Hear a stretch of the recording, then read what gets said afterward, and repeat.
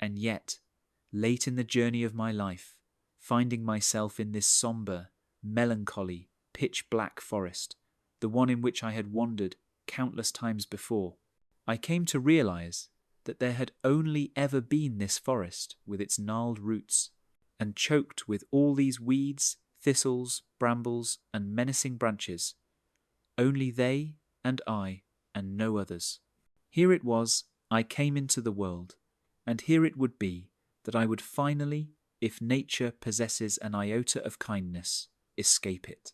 Brambleborn, thorn-crowned, famished, lost and alone, always alone, and never more alone than when in the presence of these so-called others, who, in youth, were objects of mystery, terror, and fascination, but who were now never anything more than annoyances, inert things upon which I occasionally stumble, or upon which I stub my toe, that is to say, nothing.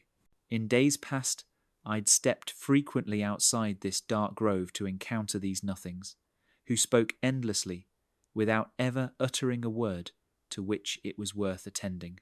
We'd part chance on one another again, reenact the same farce, each of us leaving determined to convince ourselves that we'd received some sort of nourishment, when in fact we'd each parted stupefied, famished, and aghast, and then we'd meet again as wretched old men, with less to say than ever, seeing only despair and disappointment in the countenance of the other. And yet, again, we would attempt to convince ourselves of the same lie, knowing full well it was a lie, and that our attempts could only be sluggish, pathetic, and laughably absurd bad puns told on an escalator busy ferrying us both to the gallows. Travesties, sham burlesques of grizzled old men looking on helplessly, each at the other, for some sign of life, some shred of kindling in the other's bearing, incarcerated as we both were in the morgue's freezer, banging at its walls, screaming for signs of life to appear, to open the goddamned door and release us, for we could not possibly be these wasted, foul, musty creatures. No, no, this was a nightmare. Surely, I would think to myself, I shall wake momentarily to find myself in some sort of tolerable body, with pleasant, motivating thoughts, wishes, and desires. It cannot end this way, to which the forest would predictably respond with its deafening silence, into. With every quarter hour, the croaking of a raven or the howls of a distant wolf pack, the hum of crickets, the beating of my heart in my chest and ears, the sounds of my insipid breathing, my vile, rotting lizard body breathing, declaring, life must go on, life must be lived, at any cost, in any condition, no matter how bitter. In the moonlight now, I see what is it? A tiny chipmunk, perhaps, standing, like an effigy, on the forest floor. I approach, he does not move. I am upon him, nothing.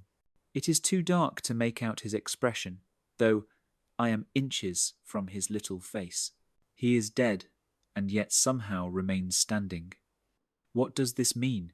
What can this possibly mean? I've never seen anything so unspeakably awful, so terrible. I must bury him, but I cannot bear the sight of him. I am shaking, I am sobbing. Here before me stands every loss, every anguish that this ill-conceived universe has borne in its belly since its inception. It's all right here, in this little, fuzzy Christ figure, whom I cannot touch, to whom I cannot offer a proper burial, and by whom I am destroyed. He is me, he is all of us, but since I don't give a fig for all of us, it matters only that he is me. I can neither touch myself nor give myself a proper burial. Can the poor thing not decompose this very night, be borne away by the evening breeze? Why this body, this tawdry melodrama? Could it be any more obvious that every atom within him and within us yearns only to be freed of of this shabby cage in which it finds itself, to sputter out into the deepest recesses of the idiot universe, to at last be free, free of being this downy little Jesus, of being me, and suddenly there is a shooting star, diving into the abyss and disintegrating completely, fleeing from what? Its wife, surely. Its friends, arriving for a dinner party, to gossip, to perhaps watch a sports event, to at least to have it on in the background while busy gossiping. It is suiciding, of course, this shooting star. It's the only sane course, its only alternative, when it honestly considers its neighbours, family, and ancestors, with all their endless, moronic babbling, histrionics, and dancing about their endless, pointless revolutions around one another, their being born and dying. With comets, it is precisely the same.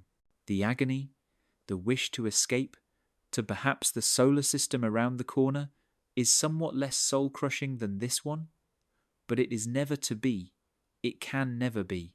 There is to be only pointless wandering, mindless sputtering, asinine trudging, ever onwards, through endless, black, pulverizing space, friendless and forlorn, all the while seeking and hoping for our doom, which would be no doom at all, which would be, in fact, release.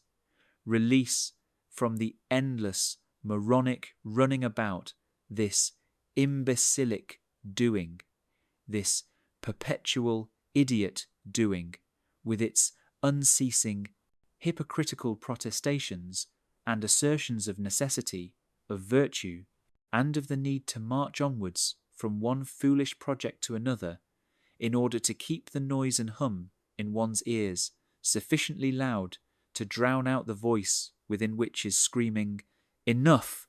This is lunacy! Lay down your arms!"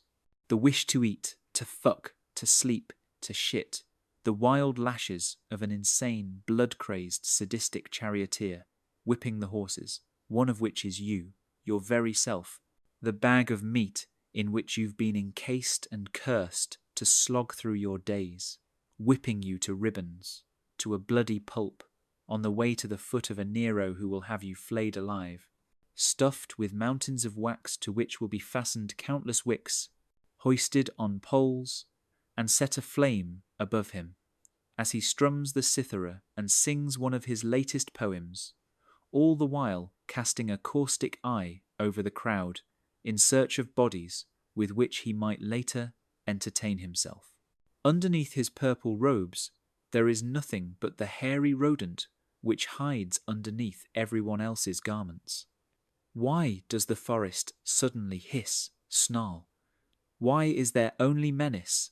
Why is there now blood dripping from the naked moon, half hidden behind that gnarled and grimacing oak tree? Am I now to stand as still, erect, and frozen as my little friend, until I am quite as dead, as rigid as he? Is that it? Is that what's wanted?